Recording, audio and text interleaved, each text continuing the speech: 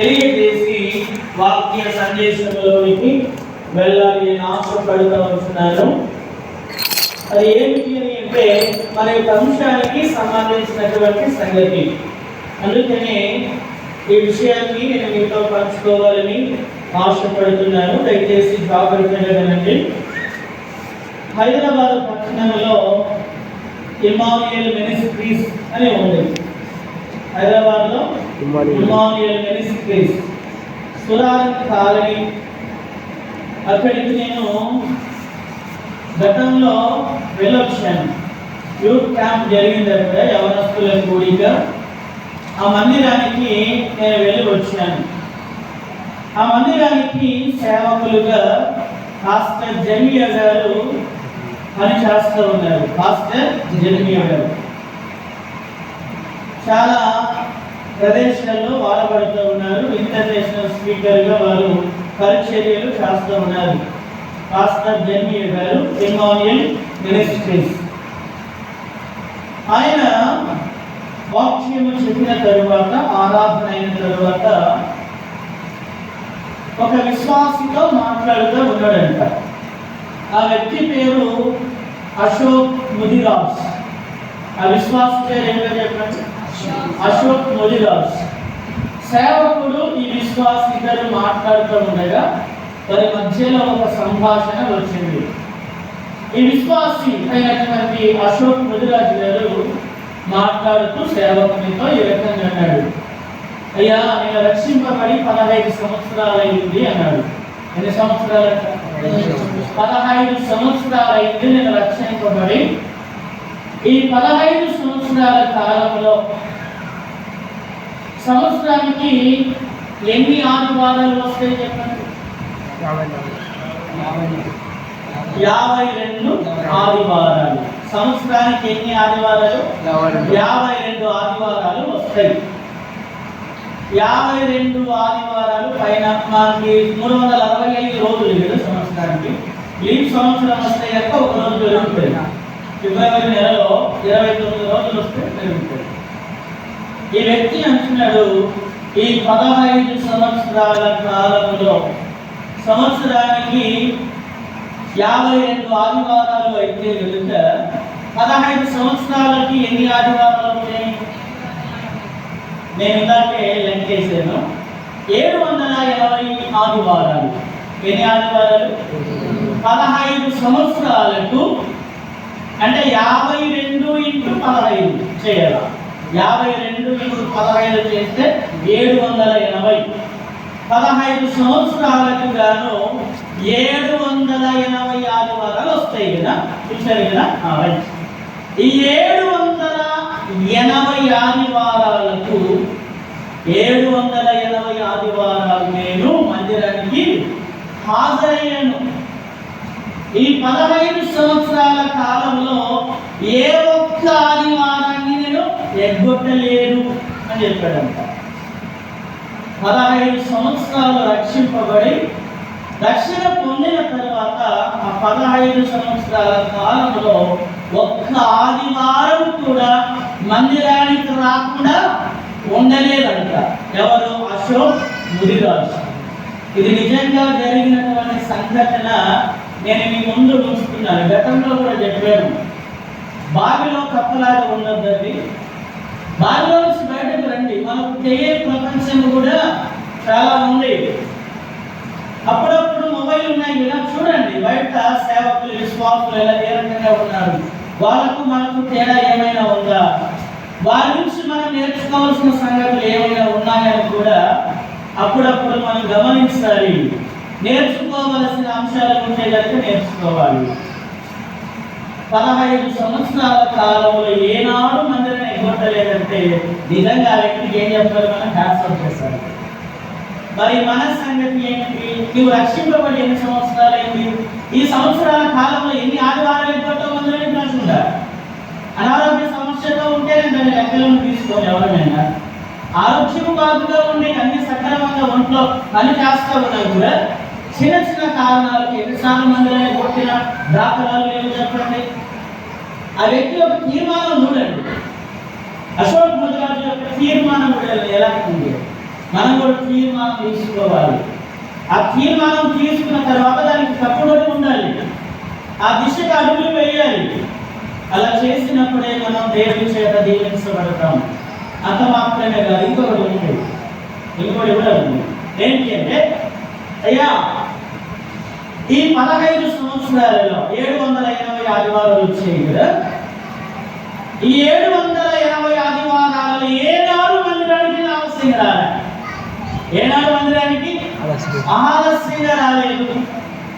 9 గంటలకు ఆరాధన ప్రారంభించబడితే నేను నా కుటుంబము 8 గంటల 45 నిమిషాలకే మందిరం లోపల మేము ఉన్నాం. ఏనాడు మందిరానికి ఆలస్యంగా రాలేదు అని చెప్పి సేవకునితో చెప్పాడు. ఆయన చెప్పినటువంటి సాక్ష్యం నేను మీతో పంచుకుంటున్నాను. ఆరోగ్యం బాగున్నా బాగోలేకపోయినా, కష్టం ఉన్న వేదన ఉన్న బాగున్నా, ఈ 15 సంవత్సరాల కాలంలో అని కష్టం రాలేదా, ఇబ్బందులు రాలేదా? వచ్చినా కూడా ఏనాడు ఆలస్యంగా నేను మందిరానికి రాలేదు అని చెప్పాడంట. ఎంత గొప్పటి తీర్మానం కదా! తీర్మానం ఎందుకంటే సెల్యూట్ చేయాలి. ఆ వ్యక్తి ద్వారా ఈ విషయం మనం నేర్చుకోవాలి. ఎన్నో సంవత్సరాలుగా మందిరానికి దూరంగా కట్టండి. ఇది దేవుని ప్రభావం నిలిచేటటువంటి స్థలమే. మందిరం అంటే చిన్న చూపు చూడద్దు. మందిరం అంటే చిన్న చూపు చూడద్దు. ఈ స్థలమందు చేయబడు ప్రార్థన మీద దేవుని యొక్క అనుదృష్టి నిలుస్తుంది. ఈ స్థలంలోని మోకరించి ప్రార్థన చేస్తూ ఉన్నప్పుడు దేవుని కనుదృష్టి మన పైన ఉంటుంది. మందిరం అన్నది ఆత్మీయ ఎదుగుదలకు ఒక ప్లాట్ఫామ్. ఒక ప్లాట్ఫామ్. మందిరానికి చాలా ప్రాముఖ్యతను మనం ఇవ్వాలి. ఆ వ్యక్తులను ఎంత మంచి తీర్మానం. ఏ ఒక్క ఆదివారం ఇవ్వట్లేదు, ప్రతి ఆదివారం కూడా సమయానికి ముందుగానే వచ్చాడు. మరి మన సంగతి ఏమిటి? మన పరిస్థితి ఏంటి? చిన్న చిన్న వాటినే మందిరాన్ని ఎక్కొచ్చినటువంటి సందర్భాలు. మందిరానికి సమయం అవుతా ఉన్నారు. ఇప్పుడు ఇంటి దగ్గర టైం పాస్ చేసినటువంటి దాఖలాలు పోకలేదు కదా. ఈ వ్యక్తి ద్వారా మనం నేర్చుకోవాలి. ఈరోజు విన్నాం ఈ మాట, మనం సరి చేసుకుందాం, మన ఆత్మీయ జీవితాన్ని దిద్దుకుందాం, సరి చేసుకుందాం అని ఈ మాట నేను మీకు తెలియజేస్తున్నాను. రైట్, సమయంలో వాక్య భాగంలోకి వద్దాము. ఉదయకాల సమయంలో హల్లెలూయా హల్లెలూయా ఉదయకాల సమయంలో ఒక నూతనమైనటువంటి అంశాన్ని మనం ప్రారంభం చేశాం. ఏంటి ఆ యొక్క అంశము? ఏంటి? ఆత్మీయ అభివృద్ధి. ఏంటి చెప్పండి? ఆత్మీయ అభివృద్ధి.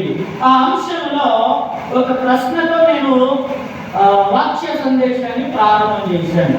ఏంటి యొక్క ప్రశ్న అంటే, క్రైస్తవ విశ్వాసి ఆత్మీయ అభివృద్ధి పొందటం ఎలా? క్రైస్తవ విశ్వాసి ఆత్మీయ అభివృద్ధిని పొందటం ఎలా అని ప్రశ్న వేసి ఆ ప్రశ్నకు ముందుగా జవాబు చెప్పాను. చెప్పిన తర్వాత ఒక లేఖన భాగాన్ని నేను మీ ముందు ఉంచాను.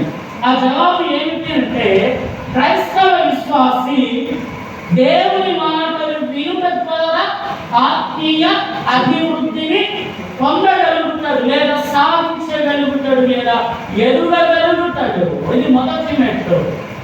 ఆత్మీయంగా అభివృద్ధి పొందాలంటే దేవుని మాటలు వినాలి. దేవుని మాటలు వినాలి. దానికి ఒక లేఖన భాగాన్ని మనం చూసాం. రోమా పత్రిక 10వ అధ్యాయము 17వ వచనంలో మనం చూసాం. పౌలు చెప్పిన మాటను మనం చూసాం. దేవుని మాటలు వినాలి, వినడం ద్వారా విశ్వాసం కలుగుతుంది. ఆ వినేది కూడా ఎలాంటి మాటలు వినాలి? యేసయ్యకు సంబంధించిన మాటలను వింటే మనం ఏమవుతుందో చెప్పండి, ఆత్మీయంగా అభివృద్ధి చెందుతామని చెప్పి కొన్ని సంగతులు చెప్పాను. మరి ఇలాంటి దేవుని మాటలు వినడానికి మందిరానికి ఎప్పుడు రావాలి అని ఒక ప్రశ్న వేసి దానికి ఒక సమాధానాన్ని వచ్చిన రూపంలో చెప్పాను. లూకా సువార్త 21వ అధ్యాయము 38వ వచన భాగంలో ఆనాటి పక్షులు దేవాలయానికి యేసయ్య మాటలు వినడానికి ఆలస్యంగా వచ్చారా, తొందరగా వచ్చారా? తొందరగా వచ్చారు. అక్కడ పెందల కడ అని వ్రాయబడి ఉంది. పెందల కడ అని మనం ఎప్పుడు అంటాం చెప్పండి? ఉదయకాలమే శ్రేష్టమైన సమయాన్ని తెల్లవారుజామునని మనం ఏమంటాం గ్రంథాల కదా అని అంటాం. ఆనాటి ప్రజలకు దేవుని మాటల పట్ల ఉన్న ఆసక్తి చూడండి. మరి ఆసక్తి నేడు మనకు మాదిరిగా నిలవబడి ఉంది అని నేను మీకు తెలియజేశాను. దానికి అనుబంధంగా 3 క్రాస్ రెఫరెన్స్ చూపించాను. అంటే అనుబంధ వాక్యాలు 3 చూసాను కదా. కోరవు కుమారుల యొక్క తీర్మానం, మందిరం పట్ల వారికి ఉన్నటువంటి ఆసక్తిని మనం చూడగలిగాం. దాని తరువాత అందులో కొనసాగినట్టుగా ఈ రాత్రి మరి యొక్క ప్రశ్న ఏంటి అని అంటే బాగా వినండి. మనం చదువుకున్న లేఖన భాగంలో నుండి ఒక ప్రశ్న నేను మీ ముందు ఉంచి ఆ వచ్చిన భాగాన్ని వివరించే ప్రయత్నం చేస్తాను. ప్రశ్న ఏమిటి అని అంటే దేవుని మాటలు వినడానికి, హల్లెలూయా, దేవుని మాటలు వినడానికి దేవుని మందిరానికి కుటుంబంలో నుండి ఎంతమంది రావాలి? ప్రశ్న అర్థమైంది కదా. దేవుని మాటలు వినడానికి దేవుని మందిరానికి కుటుంబంలో నుండి ఎంతమంది రావాలి? అందరూ రావాలి. దానికి బలాన్ని చేకూర్చేటటువంటి ఒక రెఫరెన్స్ మీ ముందు ఉంచుతాను రండి. ఆ వచనం ఏంటంటే ఇక్కడే మనం చదువుకున్నాం కదా. అపోస్తలుల కార్యముల గ్రంథము 13వ అధ్యాయము 44వ వచనంలో ఈ రకంగా వ్రాయబడి ఉంది. ఆ వచనాన్ని నేను వివరిస్తాను, జాగ్రత్తగా మీరు వినాలని తెలియజేస్తున్నాను. మరుసటి విశ్రాంతి దినమున, హల్లెలూయా, మరుసటి విశ్రాంతి దినం అంటే ఏ వారం అది? ఆదివారమే కదా. యూదులకైతే ఆ శనివారం విశ్రాంతి దినము, యూదులకు శనివారం, దాన్ని సబ్బాతు అంటారు. వాళ్ళు ఏమంటారు? సబ్బాతు. క్రైస్తవులకు శనివారము విశ్రాంతి దినము కాదు, ఆదివారమే విశ్రాంతి దినం క్రైస్తవులకు. అది పౌలు యూదుడే కానీ క్రిస్టియన్ కదా. అతను ఏమయ్యాడు? క్రైస్తవుడిగా మార్చబడ్డాడు కదా, దేవుని బిడ్డగా మార్చబడ్డాడు కదా.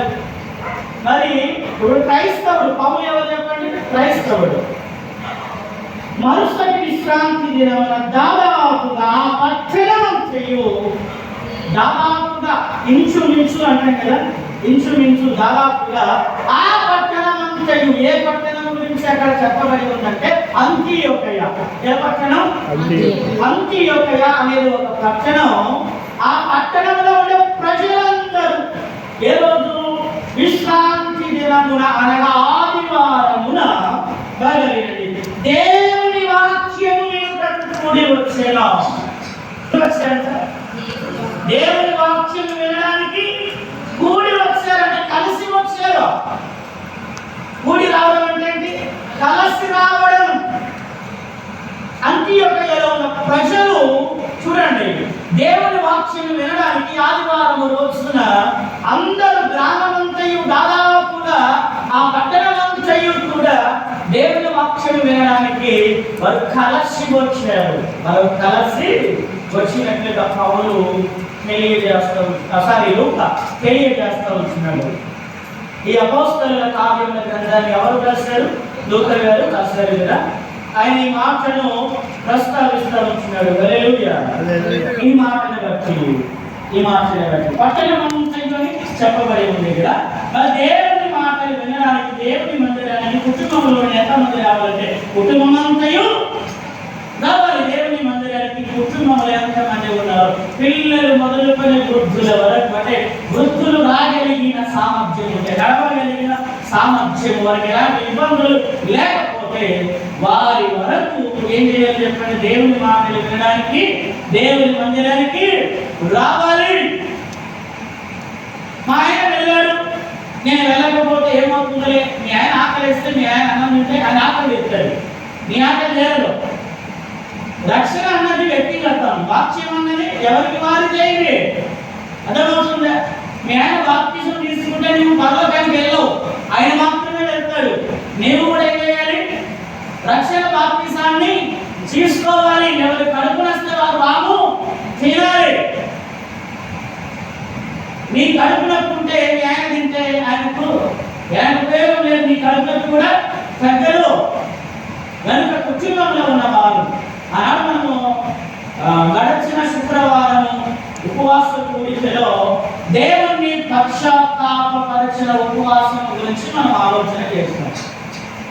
వారి యొక్క ఉపవాసంలో నీనవే పట్టణంలో ఎవరెవరు ఉపవాసం ఉన్నారంటే ధనుల నుండి అల్పుల వరకు కదా. పశువులకు మేము చేయలేదు, పశువులకు నీళ్లు పెట్టలేదు, పిల్లలు పెద్దలు అందరూ రాజు మంత్రులు అందరూ కూడా ఏం చేశారు? ఉపవాసం ఉన్నారు కదా. చెప్పండి, మరి కుటుంబంలో ఎంత మంది ఉన్నారు వారంతా దేవుని మందిరంలో దేవునికి కనబడాలి. నువ్వు నీ కుటుంబంతో కలిసి వచ్చావా? కుటుంబంతో రాలేదా? వారు ఎందుకు రావట్లేదు? కుటుంబ పెద్దగా ఏం చేయాలి చెప్పండి? ప్రేమతో చెప్పాలి, ప్రేమతో చెప్పాలి. యెహోషువ అంటాడు, మీరు యెహోవాను సేవించినా సేవించకపోయినా నేను నా ఇంటి వారు యెహోవాను సేవించదము అన్నాడు. నేను సేవిస్తాను అలా తన కుటుంబాన్ని కూడా కలుపుకొని మాట చెప్పాడు. నేను నా ఇంటి వారు యెహోవాను సేవిస్తాను. ఎంత చక్కటి తీర్మానం యెహోషువ. అందుకే అంత గొప్ప నాయకుడు తాగేయగలడు. పుట్టిన గారు ఎవరు నాయకులు? పుట్టిన ఉద్యోగం వస్తుందా? నేనున్నా నాకు టీచర్ జాబ్ రావాలి, పుట్టిన వస్తుందా? ఏం చేయాలా? ప్రయాసపడాలి, కష్టపడాలి, చదవాలా, దానికి నిద్రాహారాలు మానాలా. ఒక్కొక్క సందర్భంలో తిండి కూడా తినకుండా ఉండే రోజులు వస్తాయి. వాటన్నిటిని ఓర్చుకోవాలి, కట్టుకోవాలి, ప్రయాసపడితే కష్టపడితే జాబ్ వస్తుంది. యెహోషువ పుట్టిననే అంటే యవనస్తుల గుడిలో అంశం కొనసాగుతా ఉన్నాయి. యెహోషువ గురించి మనం ఆలోచన చేస్తా ఉన్నాం. యెహోషువ యొక్క తీర్మానం రండి, నేను నా ఇంటి వారు యెహోవాను సేవించదము అన్నాడు. కుటుంబంలో మనం ఎంతమంది అవుతున్నామో అందరం కూడా దేవుని మందిరంలో దేవునికి కనబడాలి. ఈ వచనం నుండి నేను మీకు చెప్తున్నాను. దానికి కొనసాగింపుగా కింద 45వ వచనంలో ఒక మాట ఉంది చూడండి. యూదులు జన సమూహములను చూసి మత్సరంతో నిండుకొని దూషించుచు. హల్లెలూయా, హల్లెలూయా. అక్కడ యూదులు ఉన్నారు. అంతియోకియలో ఎవరున్నారు చెప్పండి? యూదులు ఉన్నారు. దేవుని మాటలు వినడానికి అంతియోకియ పట్టణంలో ఉన్న వారందరూ దాదాపుగా వచ్చారు కదా.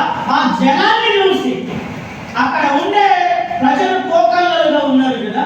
అక్కడ జనసంఖ్య ఎంత ఉందో మనకు తెలియదు, కానీ ఈ వాక్యాన్ని బట్టి మాత్రమే మనం ఆలోచన చేయగలుగుతాం.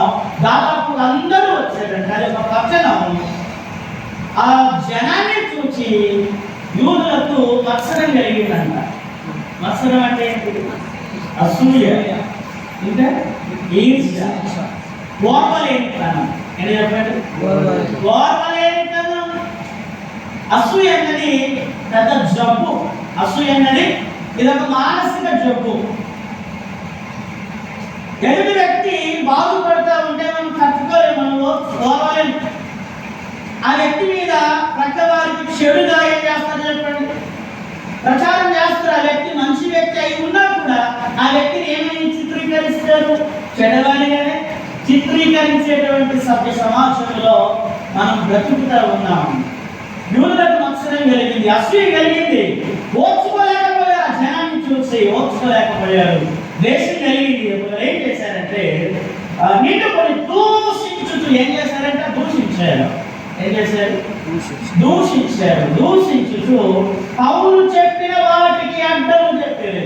పౌలు ప్రసంగం చేస్తా ఉంటే అక్కడ మాట్లాడేది ప్రసంగికుడు ఎవరు? పౌలు గారు. అపోస్తలుడైన పౌలు గారు దేవుని మాటలు అంతియోకియ పట్టణస్థులకు బోధిస్తూ ఉంటే అక్కడే ఉండేటటువంటి యూదులు ఓర్చలేక అసూయ చేత పౌలు యొక్క ప్రసంగానికి అడ్డం చెప్పారు. అడ్డం చెప్పారండి. అడ్డగాడిలాగా మనం అంటాం కదా, అడ్డగాడిలాగా ఉన్నామని అంటాం చూడండి. అక్కడ అదే జరిగింది. నాకు చాలా మంది అంటే మన సంఘంలో లేదు కానీ ఇలాంటి దుస్థితి కొన్ని సంఘాలలో దాపురించింది. సేవకుడు వాక్యం చెప్తా ఉంటే చాలా సాధారణ అయిపోయిందా కొన్ని కథగా అయిపోయి సార్ ఇంటి సేవ చెప్పింది వాక్యం. గంటల నుండి బయట కూర్చుంటారు.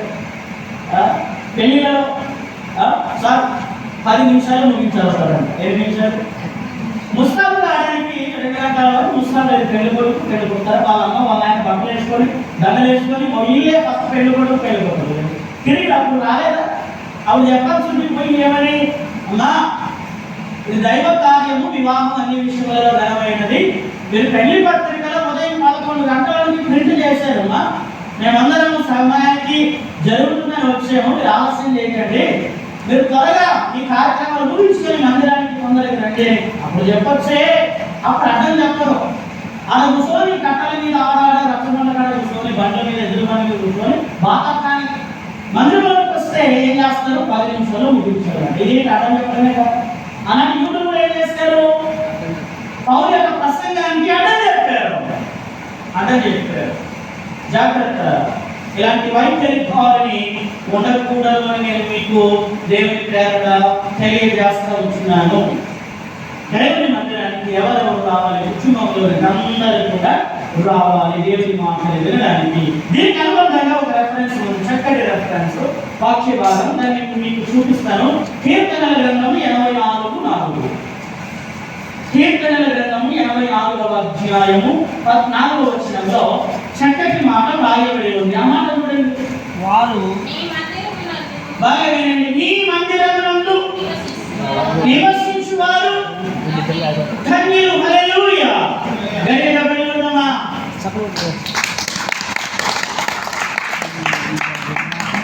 మంచిది. సభలకు ధన్యవాదాలు. గట్టిగా పైన పడతారా? నిజమైన ఉనికిపోయి చేస్తారని ఆశ పడతారు, కానీ లేదండి. గట్టి పడితే నిజమప్పుడు ఏమవ్వాలి? వెళ్ళిపోవడం. అక్కడ రాయబడిన మాట ఎంత మంచిది తెలుసు. మనం అందరం ఎక్కడున్నాం చెప్పండి? దేవుని మందిరంలోనే ఉన్నాం. ఆ వచనం ప్రకారంగా దేవుని మందిరంలో మనము ఈ గంట సేపు నివసిస్తూ ఉన్నాం, నివాసం చేస్తూ ఉన్నాం. ఆ వాక్యాన్ని మనతో పోల్చుకుంటే మనం ఎవరు చెప్పండి?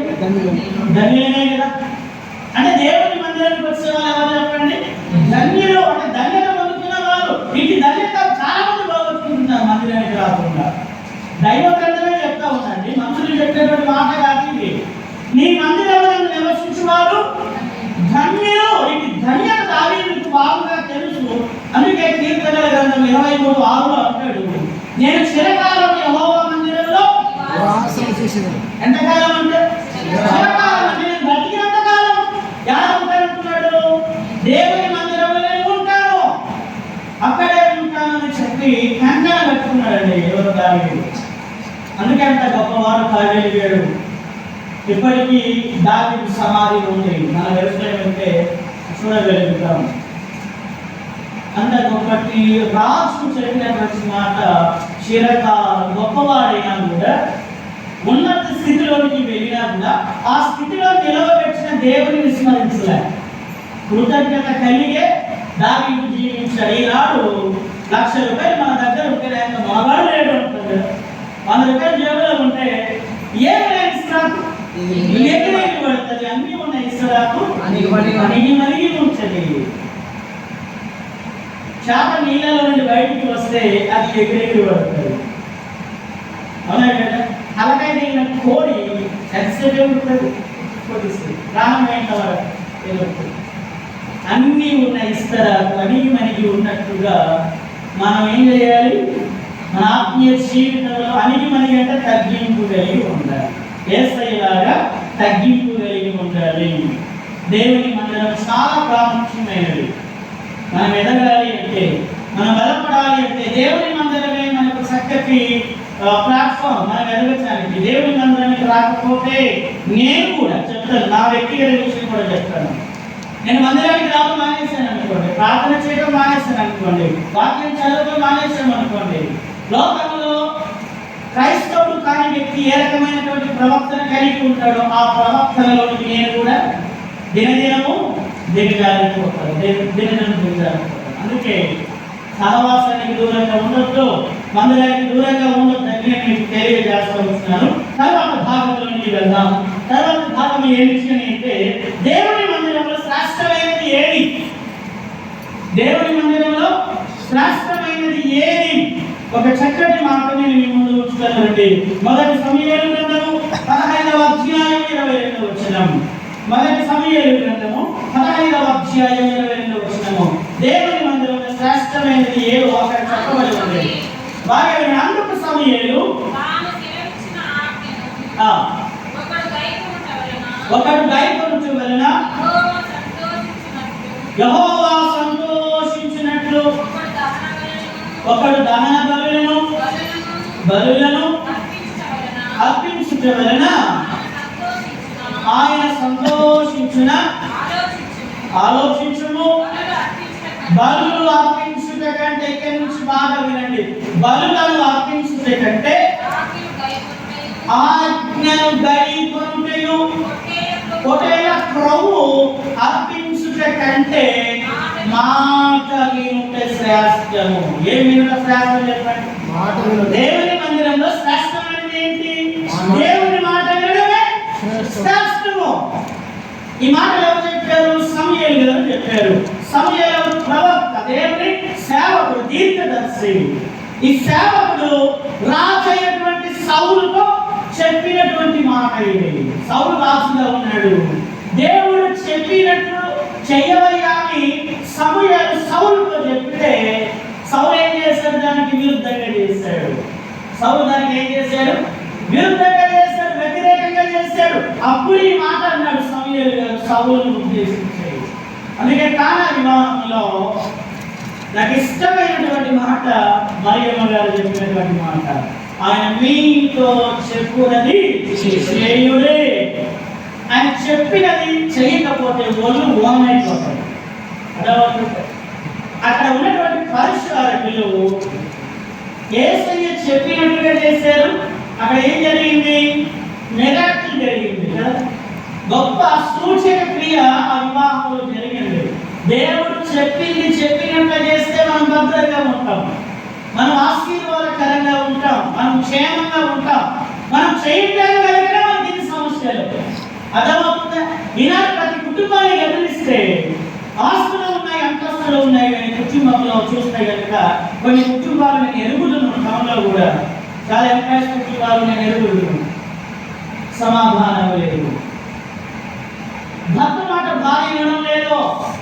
ఈ భర్త ఏం చేస్తాడు? 10 రూపాయలు పప్పు ప్యాకెట్, సాంబార్ ప్యాకెట్, ఇంట్లో అలాగే వంట చేసి పెడితే ఇవన్నీ కలిపి చేయడం.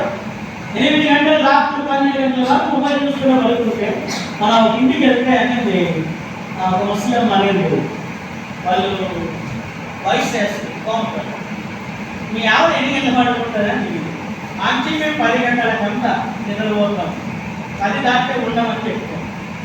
మా ఇంట్లో 12 గంటలైనా నిద్రపోరు. మరి అంతవరకు ఏం చేస్తారంటే అడిగాను. చెప్పుకోండు. మరి పొద్దున 2 గంటలు చేస్తారు మీ ఆవిడని అడిగాను. 5 పిల్ల వేసేసుకోవడానికి వేసి ప్రార్థన చేసుకొని, అంటే ప్రార్థన చేసుకొని మాకు ఇచ్చది ఉంటుంది కదా, దాని ప్రకారంగా చేస్తామని చెప్పినప్పుడు మరి మీరు ఎప్పుడు లేస్తారంటే మీకు చేసేవాడికి తిరిగి పడిపోయింది కదా. వాళ్ళ పిల్లలకి టిఫిన్ చాలా కష్టంగా ఉన్నాయండి పరిస్థితులు. పల్లెటూరే నయం, టౌన్ కంటే పల్లెటూరు నయం. సాయంత్రం 4 గంటలు కానీ ఇంటి పనులు చేసుకుంటారు, అందరూ అలా బజార్లోకి వస్తారు. ఉదయాన్నే లేస్తారు, 5 గంటలకు లేచి 4 గంటలకు లేచి మంచిగా పనులు చేసుకోగలుగుతారు. టౌన్లో చాలా కష్టమైన పరిస్థితులు ఉంటాయి తెలుసా. ఆత్మీయత ఏమీ ఉండదు. పల్లెటూరులో ఉన్నటువంటి ఆత్మీయత, పలకరింపులు, ఆప్యాయత పట్టణంలో ఏమీ ఉండదు. వాళ్ళు ఎలా ఉంటారంటే మా ఇంటికి మీరు రావద్దు, మీ ఇంటికి మేము రామన్నట్టు ఉంటారు. మా ఇంటికి మీరు రావద్దండి, మీ ఇంటికి మేము కూడా రామన్నట్లుగా ఉంటారు. చాలా ఇష్టమైన పరిస్థితులు ఉన్నాయి ప్రతి కుటుంబంలో. ఇవన్నీ ఎందుకంటే నేను క్రైస్తవుల కుటుంబంలో గురించి మాట్లాడుతున్నాను. అన్ని కుటుంబాల గురించి నేను మాట్లాడలేదు, వాళ్ళ జోలికి మనం వెళ్ళొద్దు. క్రైస్తవ కుటుంబాల గురించి మనం మాట్లాడితే చాలా భయంకరమైనటువంటి పరిస్థితులు కుటుంబాలలో మనం చూడగలుగుతున్నాం. కారణం ఏంటంటే దేవుడు చెప్పినట్టుగా చేయలేదు కాబట్టి సమస్యలన్నీ చేస్తే ఈ సమస్యలన్నీ ఉండవు. అక్కడ కానా వివాహంలో దేవుడు చెప్పినట్టుగా చేయడం ద్వారా గొప్ప అద్భుతం జరిగింది. ఏర్పడిన కొరత తీర్చబడి ఉంది. దేవునికే సమస్త మహిమ కలుగునుగాక. దేవుని మందిరంలో శ్రేష్టమైనది ఏది అని అంటే దేవుని మాటలు వినడమే శ్రేష్టం. అంతకంటే గొప్ప వాక్యం ఆడుంది చెప్పండి. దేవుని మాటలు వినడం కూడా గొప్ప వాక్యమే. అటు వాక్యాన్ని మనం పొందుకున్నాం. ఈ వాక్యం లేని వాళ్ళు చాలా మంది ఉన్నారు, కానీ వారిలో మనం లేవు. మనం ప్రత్యేకంగా ఉన్నాం. దేవుని వాక్యాలను మనం వినగలుగుతా ఉన్నాం. దీనికి ఒక ఉదాహరణ చూపిస్తాను అండి. కొత్త నిబంధన గ్రంథానికి వద్దాము. దీనికి ఉదాహరణగా ఒక దృష్టాంతాన్ని నేను మీ ముందు ఉంచుతాను. లూకాసు సువార్త 10వ అధ్యాయము 38వ వచనానికి రండి. దానికి ఒక చక్కటి ఉదాహరణ. లూకాసు సువార్త 10వ అధ్యాయము 38వ వచనం. అంతటా వారు ప్రయాణమైపోయి పోతుండగా ఆయన యొక్క గ్రామంలో ప్రవేశించెను.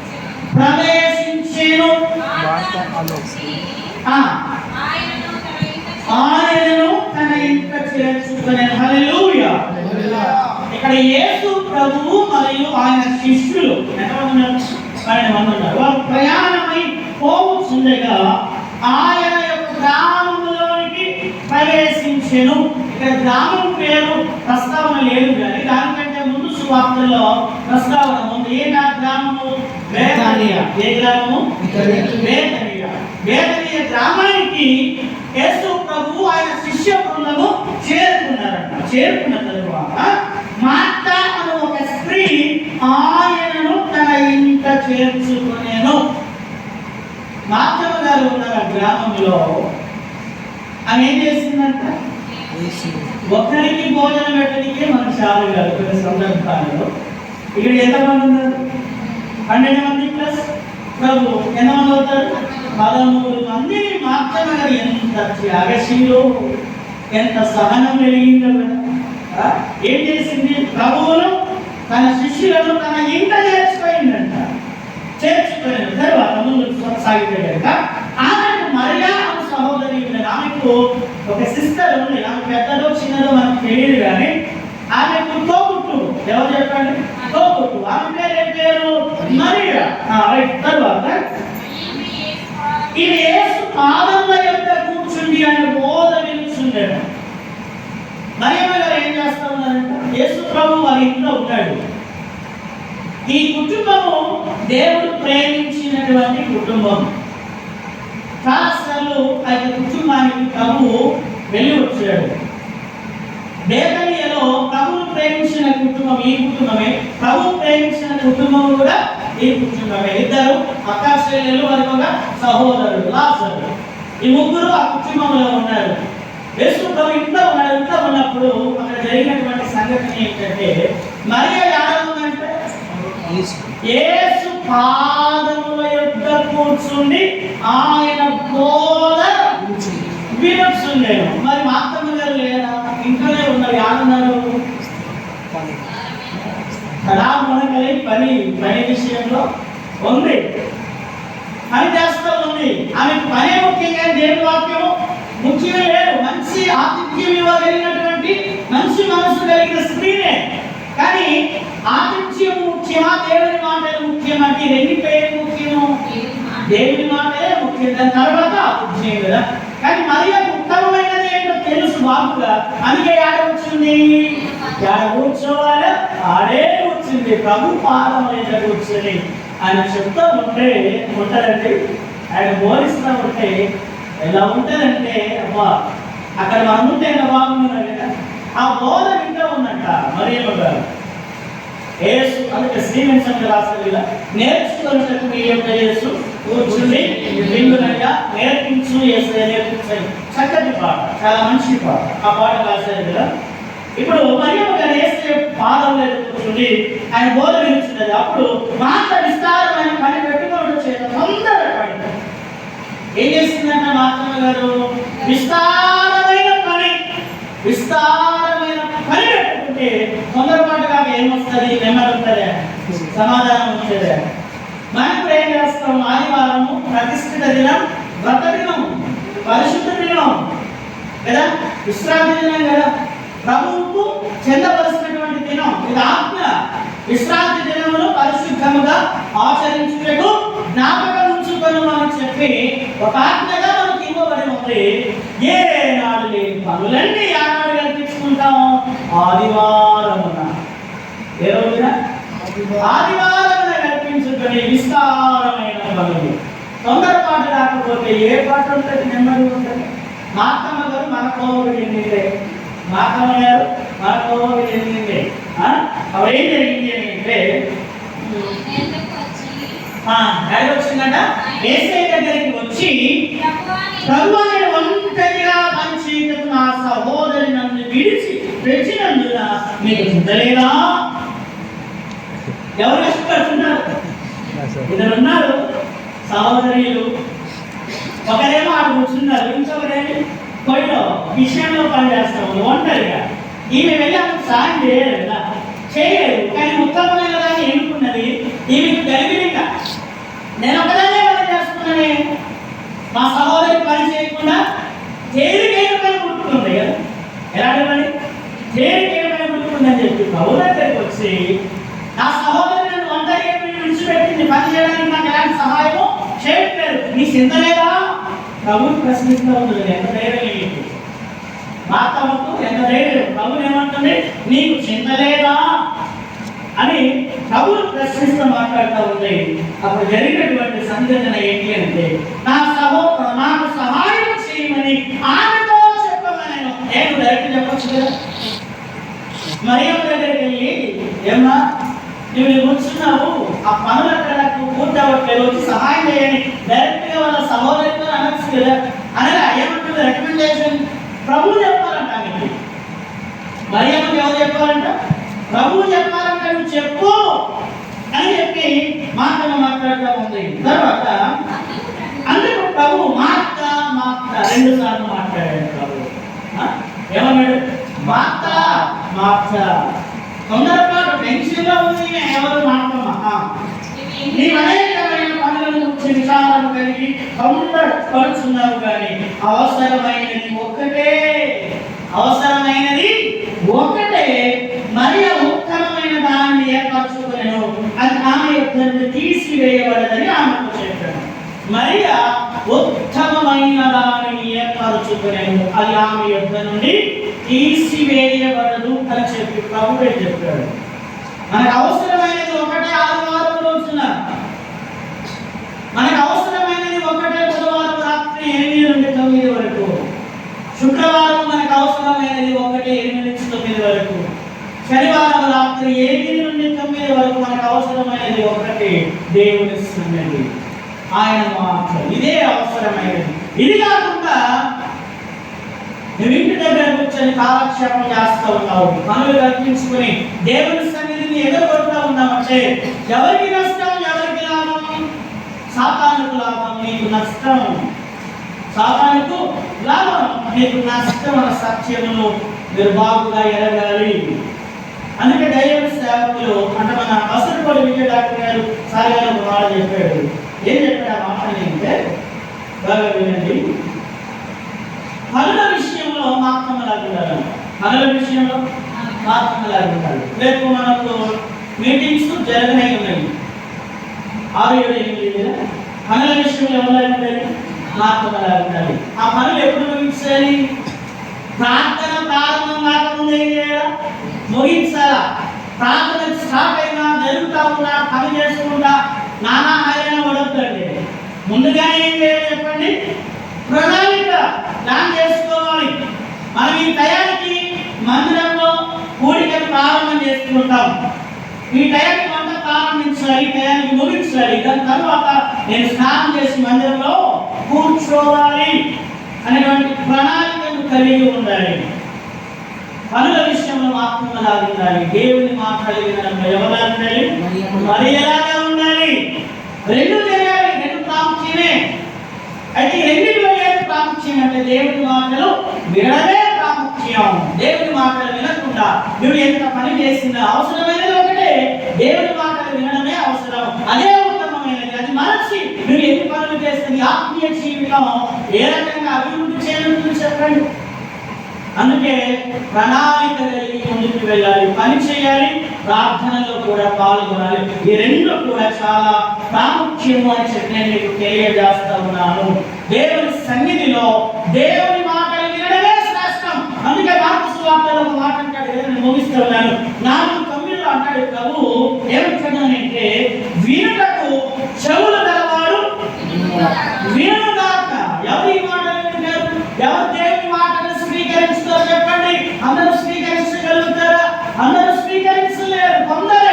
ఆ కొందరు ఎవరు అంటే ప్రభు చెప్పినట్టుగా వినుటకు చెవులు గలవాడు వినుగాక. అలాంటి వారి ఆత్మీయ అభివృద్ధిని చెందగలుగుతారు. కాబట్టి ఆలోచన చేద్దాం. ఎక్కడైనా దేవుని మాటల పట్ల ఆయన మందిరము పట్ల ఆసక్తి కలిగి ఉంటే, ఆ రకంగా మనం ముందుకు కొనసాగితే మనమేమవుతాం? ఆత్మీయతలో అభివృద్ధిని సాధించగలుగుతాం. అతి కృప దేవుడు మనందరికీ కూడా దయచేయునుగాక. దేవుడి మాటలు మన వినికిడిలో దీవించి ఆశీర్వదించునుగాక. ఆమేన్. హల్లెలూయా.